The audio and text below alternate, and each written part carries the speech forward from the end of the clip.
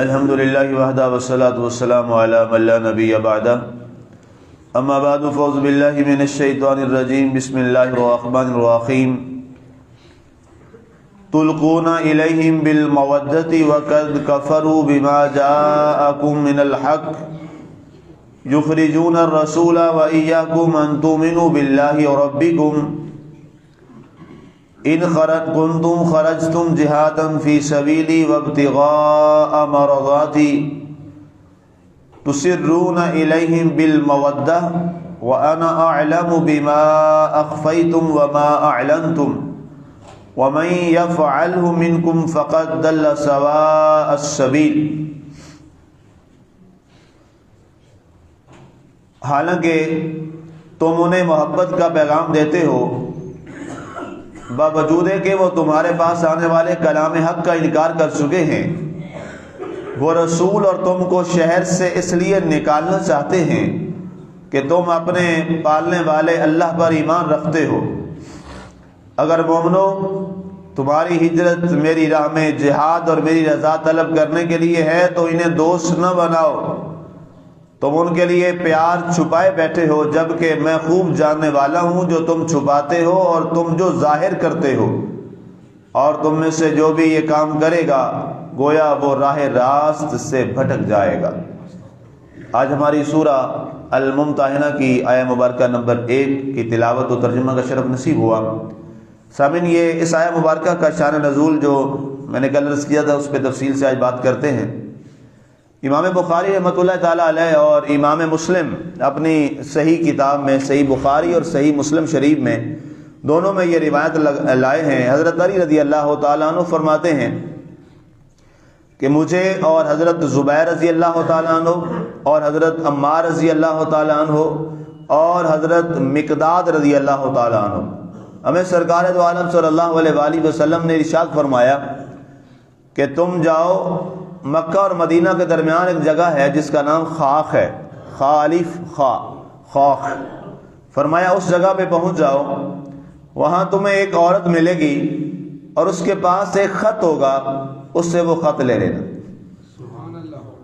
حضرت علی فرماتے ہیں کہ جب ہم وہاں موجود تھے اور سرکار نے ہمیں یہ بات بتائی، ہم بڑے حیران ہوئے کہ ہم یہاں بیٹھے ہیں اور خاخ کتنا دور ہے یہاں سے، یہاں کتنا سفر ہے، اور سرکار یہاں ہمیں فرما رہے ہیں کہ جاؤ خاک کے مقام پہ ایک عورت ہے اور اس سے یہ خط جو ہے یہ واپس لے لو۔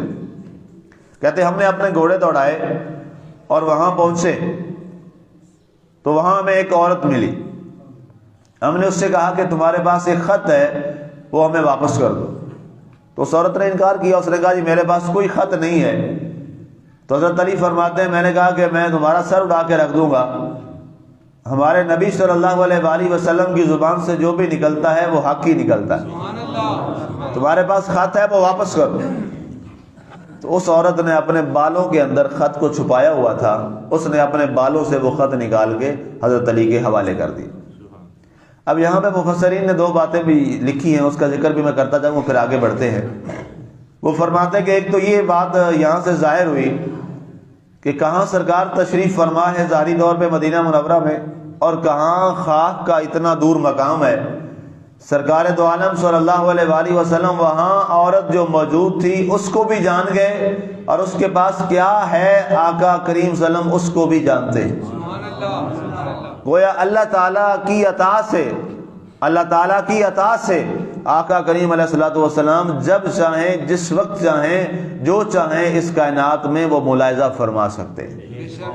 رب تعالیٰ کی طاقت سے اللہ تعالیٰ نے یہ طاقت اور قوت عطا فرمائی ہے، تو اس بنیاد پہ اللہ تعالیٰ نے آپ کو وہ غیب چیزیں جو ظاہری طور پہ، اب ظاہر ہے وہ غیب تھی، وہاں موجود نہیں تھی، اور آج کا کوئی جدید سسٹم بھی موجود نہیں ہے جو آج سائنس کا ہے، لیکن اس کے باوجود سرکار دو عالم صلی اللہ علیہ وسلم نے اس عورت کا بھی اس کا آپ کو علم ہو گیا، اور اس کے پاس کیا ہے آپ نے صحابہ کرام کو وہ بھی بتا دی۔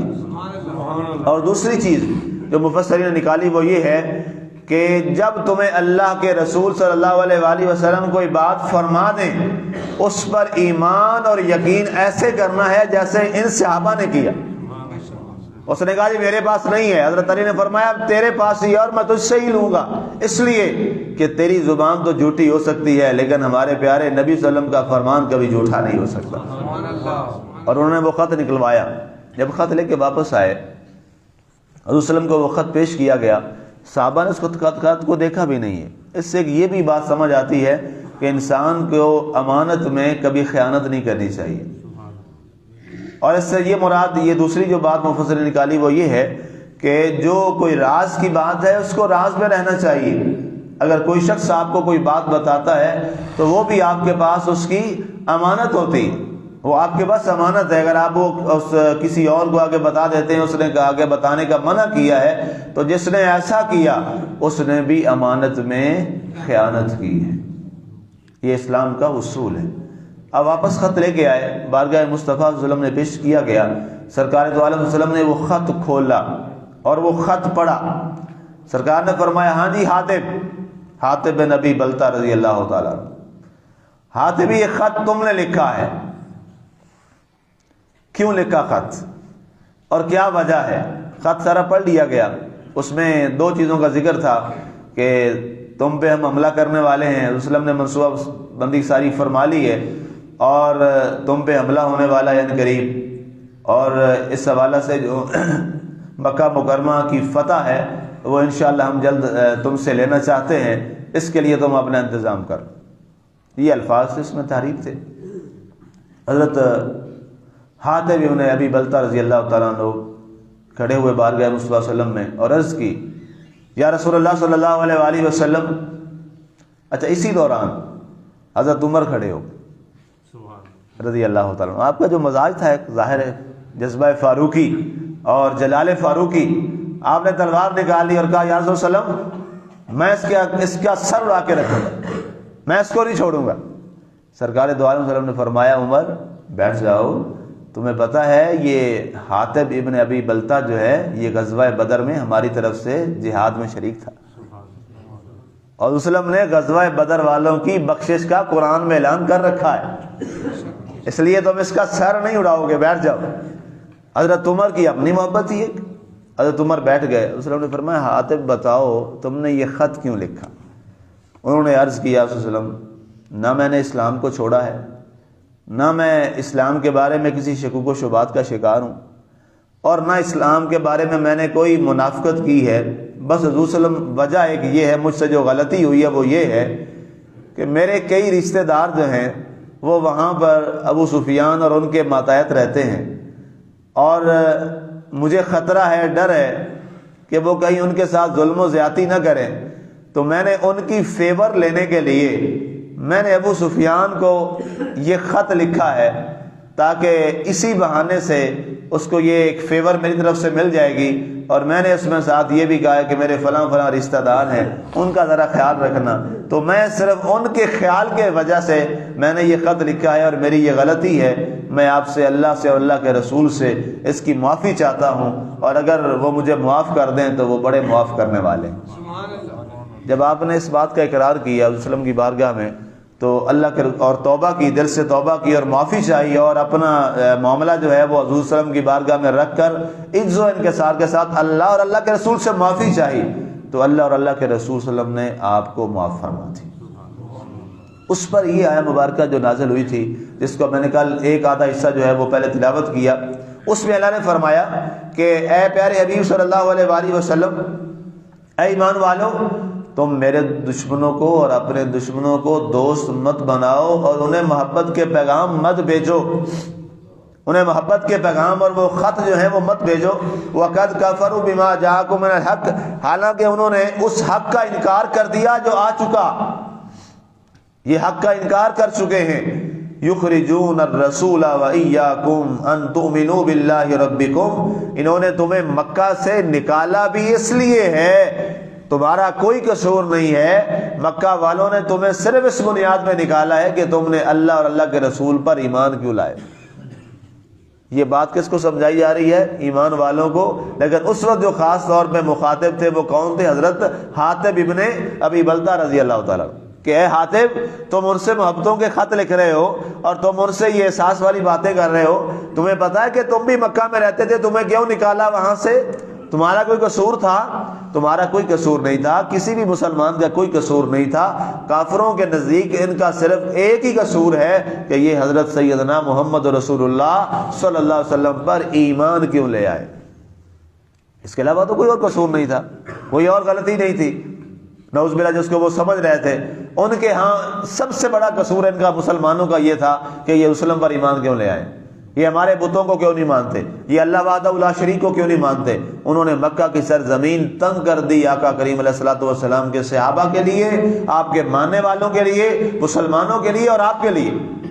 آپ نے اتنی تکلیف کے ساتھ شہر مکہ کو چھوڑا تھا، کوئی خوشی کے ساتھ یہ ہجرت نہیں تھی۔ جب آپ ہجرت فرما رہے تھے تو آپ نے باقاعدہ پیچھے مڑ کر دوبارہ دیکھا، جب آپ اس کی سرزمین سے نکلنے لگے، فرمایا اے مکہ تو میری جائے ولادت ہے، میں یہاں پیدا ہوا ہوں، یہ تو میرا شہر ہے، میرا جی نہیں کرتا تجھے چھوڑنے کو، لیکن کیا کروں تیرے بسنے والے مجھے یہاں بسنے نہیں دے رہے۔ یہ حدیث کے الفاظ ہیں۔ اپنا شہر چھوڑنا کوئی آسان تو نہیں ہوتا، انسان جہاں پیدا ہوا ہو، جہاں بڑا ہو، جہاں پلا پوسا ہو، جہاں اس کے ساتھ اس کی یادیں ہوتی ہیں۔ انسان مرنے کے بعد بھی جو اس کی یادیں ہوتی ہیں وہ نہیں بھولتی اس کو، جہاں اس کی جائے ولادت ہے، ایک فطری تعلق ہوتا ہے اس چیز کے ساتھ۔ تو اب لیکن ظاہر ہے وہاں نکالا گیا، اور سرکار صلی اللہ علیہ وسلم کو کس انداز میں نکالا گیا وہ آپ کو میں پہلے درس میں بتا چکا ہوں، پہلے گزر چکا ہے کہ کس سخت ماحول میں آپ کو مکہ سے نکلنے پر مجبور کیا گیا۔ اس کے بعد فرمایا کہ اللہ تعالیٰ فرماتا ہے ان تؤمنوا باللہ ربکم ان کنتم خرجتم جہادا فی سبیلی وابتغاء مرضاتی تسرون الیہم بالمودہ۔ فرمایا یہ جو تم چھپے چھپے خفیہ طور پہ انہیں کوئی پیغام بھیج رہے ہو، اشارہ خط کی طرف تھا، اے حاتب ابن ابی بلتہ یہ تمہارے لیے درست نہیں ہے، وانا اعلم بما اخفیتم وما اعلنتم، تم جو ظاہر کرتے ہو اللہ اس کو بھی جانتا ہے، جو تم چھپا رہے ہو اللہ اس کو بھی جانتا ہے۔ گویا بظاہری طور پر مخاطب تو وہ ہے، لیکن قیامت تک کے سارے ایمان والوں کو یہ بتایا جا رہا ہے کہ کبھی بھی تم نے ایسا کام نہیں کرنا، اور کبھی بھی اس انداز کا تم نے راز کی جو باتیں ایمان والوں مسلمانوں کی ہیں وہ غیروں تک نہیں پہنچانی، اور تم یہ سمجھتے ہو کہ ہم نے چھپ کے یہ کام کیا ہے اور کسی کو پتہ نہیں چلے گا۔ اللہ فرماتا ہے میں تمہارے چھپے ہوئے کو بھی جانتا ہوں، تمہارے ظاہر کو بھی جانتا ہوں۔ اور اللہ نے پھر ظاہر کر دیا، اللہ نے ظاہر کر دیا سب کے سامنے، کہاں خاک کا مقام، وہاں سے پھر وہ عورت آئی۔ یہ عورت کا نام بھی آپ کو بتا دیتا ہوں، یہ مکہ میں ایک شخص تھا عامر بن صیفی، یہ اس کی لونڈی تھی، اس کی خادمہ تھی، اور اس کا نام سارہ تھا۔ یہ یہاں پہ رسول اللہ کے پاس آئی ہوئی تھی، تو یہاں جاتے ہوئے اللہ کے رسول اللہ نے اس کی خدمت بھی کی، پیسے دے کر رسول اللہ نے اس کو بھیجا، لیکن ظاہر ہے اس دوران یہ ایک معاملہ ہو گیا۔ وَأَنَا أَعْلَمُ کے بعد ارشاد فرمایا وَمَن يَفْعَلْهُ مِنكُمْ فَقَدْ ضَلَّ سَوَاءَ السَّبِيلِ، فرمایا یہ ساری باتیں جاننے کے بعد بھی جو کوئی اگر پھر ایسا کرے گا تو وہ سیدھی راہ سے بھٹک جائے گا، وہ گمراہ ہو جائے گا اور صراط مستقیم سے ہٹ جائے گا۔ یہاں ایک اہم بات یہ ہے کہ بعض لوگوں نے یہاں یہ بات کی کہ ایک اتنا بڑا عمل کیا حضرت حاتب ابن ابی بلتہ رضی اللہ تعالیٰ عنہ، لیکن ان کی معافی کا پھر معاملہ کیسے ہے؟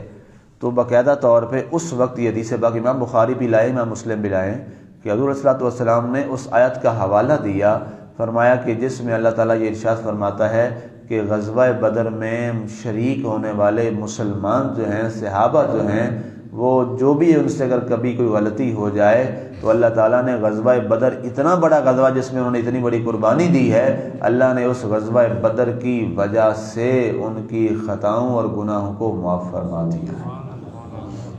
یہ اللہ کی طرف سے انعام ہے ان بدری صحابہ پر۔ وہ چونکہ آتے ہیں السابقون الاولون من المہاجرین، اس میں بھی وہ آتے ہیں اور جہاد میں بھی آتے ہیں، غزوہ میں بھی آتے ہیں، تو یہ شرف اور اعزاز اللہ نے ان کو اتنا عطا کیا ہے۔ اس سے میں جو ایک بات آپ کے سامنے عرض کرنا چاہتا ہوں کہ وہ صحابہ کرام رضوان اللہ تعالی علیہم اجمعین جو وسلم کی فیملی سے بھی نہیں ہے، آپ کے ماننے والے ہیں، صرف صحابہ ہیں، ان کے جو بدر میں آپ کے ساتھ شریک ہوئے تو اللہ نے ان کی تمام چیزوں کو معاف کر دیا ہے اور انہیں جنت کی بشارت دی ہے، تو چے جائے جو حضور کی اولاد پاک ہو، اس کا کیا مقام ہوگا؟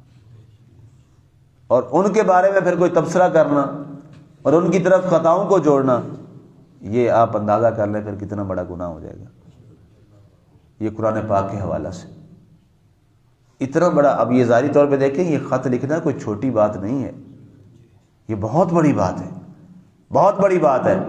حضرت عمر نے تلوار ایسے نہیں نکالی تھی، یہ آن دا ریکارڈ باتیں موجود ہیں، بخاری شریف میں موجود ہیں، لیکن وسلم نے انہیں بٹھا دیا، فرمایا نہیں۔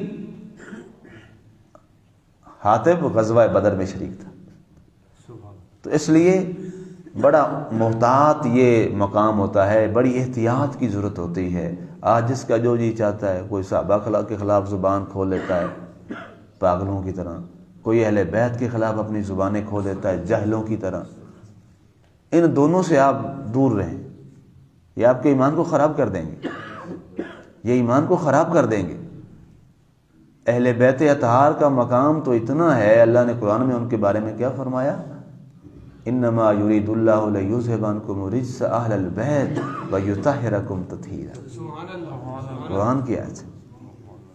اور صحابہ کرام کے بارے میں یہ قرآن کی آیت ہے، اس کے علاوہ اور بہت ساری آیات۔ تو اس لیے جو بھی جہاں پر ان دونوں کے بارے میں کوئی بات کرے نا، اس سے راستہ اپنا جدا کر لے، وہ گمراہی کا راستہ ہے۔ اللہ تعالی ہمیں عمل کی توفیق عطا فرمائے، آمین۔ وما علینا الا البلاغ المبین۔